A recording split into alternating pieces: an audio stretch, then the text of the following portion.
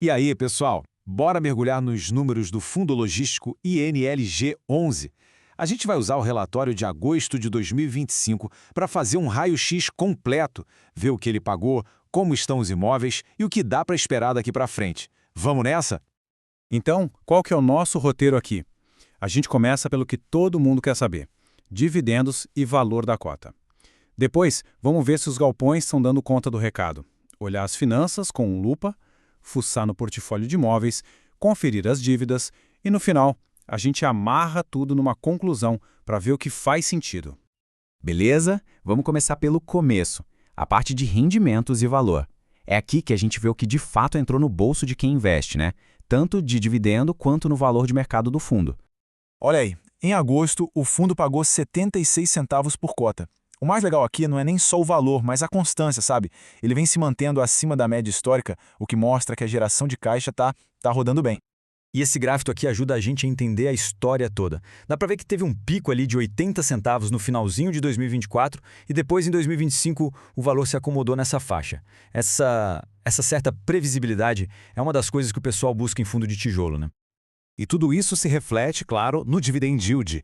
Em agosto, ele estava em 12,49% ao ano, um baita rendimento. E o mais interessante é olhar a evolução. O gráfico mostra que esse retorno só vem crescendo. Saiu de 9,38% lá em 2023 para uma projeção de mais de 12% agora em 2025. É uma subida e tanto. Agora vamos falar de um indicador que sempre gera debate, o P sobre VP. Ele está em 0,73. O que isso quer dizer? Basicamente, o preço da cota no mercado está bem mais baixo que o valor real dos ativos. É um desconto de quase 30%. E aí fica aquela pulga atrás da orelha, né? Será que isso é uma baita oportunidade, uma pechincha? Ou será que tem algum risco escondido aí que o mercado está enxergando? É isso que a gente vai tentar descobrir. Beleza, vamos para a segunda parte, a saúde operacional. Para a gente entender de verdade o valor de um fundo de tijolo, não tem jeito, tem que olhar para os imóveis. Afinal, é o aluguel deles que paga a conta e gera o nosso dividendo.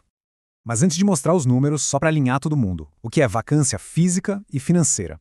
Pensa assim, a física é o espaço físico mesmo, quantos metros quadrados estão vazios, sem ninguém.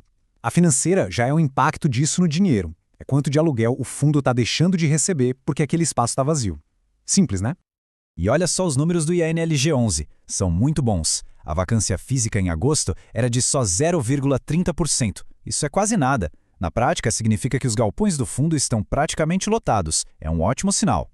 E para conseguir manter essa ocupação lá em cima, a gestão tem que trabalhar, né? Apesar de agosto ter sido um mês mais parado, sem grandes novidades, se a gente olha para 2025 como um todo, já rolaram 5 novas locações e 4 renovações de contrato.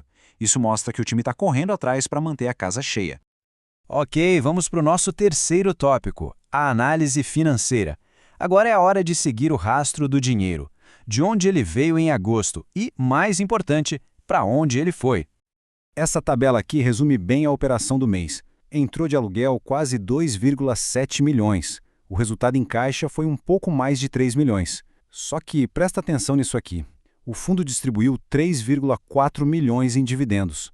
Ué, mas como? Simples. Ele pegou uns 416 mil reais que tinha guardado nas reservas. É uma jogada para manter o dividendo estável, mesmo quando a receita do mês não cobre tudo. Chegamos na quarta parte, o portfólio.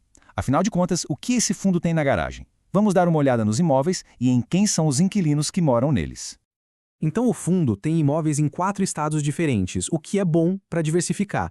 Mas quando a gente olha de onde vem o dinheiro, a história muda um pouco. Quase a metade da receita, 45%, vem de um único ativo lá em Viana, no Espírito Santo. E o segundo maior é o de Contagem em Minas, com 27%.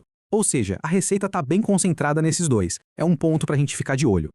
E agora, um ponto que eu diria que é um dos mais importantes para a gente analisar o risco, o vencimento dos contratos. Dá uma olhada nesse gráfico.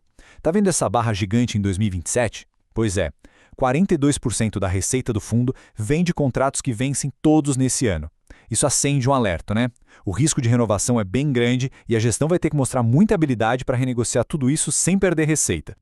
E quem são os inquilinos? A gente vê aqui uma concentração bem forte no setor de e-commerce, o comércio eletrônico, que ocupa quase 70% da área. É um setor que cresce muito, mas essa dependência toda de um segmento só é algo para se ter no radar.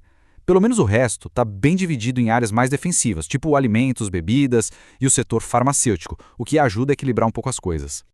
Quinto tópico, obrigações e dívidas. Bom, até agora a gente falou muito do que entra. Agora vamos ver o que sai, o que o fundo deve. É a outra ponta da balança. O fundo tem um calendário de pagamentos bem definido. Ele acabou de pagar uma parcela grande de 37,5 milhões em agosto. Ufa! Mas já tem outra na porta. Em setembro são mais 7 milhões para pagar. E lá em 2026 vem outra paulada de 32 milhões. Ou seja, as contas não param de chegar. E é aqui que a coisa aperta. Para pagar essa conta de 7 milhões em setembro, o fundo terminou agosto com menos de 800 mil reais em caixa de resultado acumulado. A conta simplesmente não fecha. Isso quer dizer que a gestão vai ter que usar praticamente toda a receita que entrar em setembro para quitar essa dívida. A margem de manobra é bem pequena. É uma situação bem justa financeiramente falando. Bom, chegamos na reta final, hora da conclusão. Depois de olhar tudo isso, qual é o veredito? Como é que está a saúde do INLG11, afinal? O resumo da ópera é um jogo de luz e sombra, sabe? Do lado positivo, a gente tem um dividend yield bem gordo, um desconto enorme no valor da cota e uma vacância que é praticamente zero. Excelentes notícias. Mas, do lado negativo, tem aquela concentração gigante de contratos vencendo em 2027 e, o ponto mais urgente, essa situação apertada de caixa para pagar a dívida que vence agora.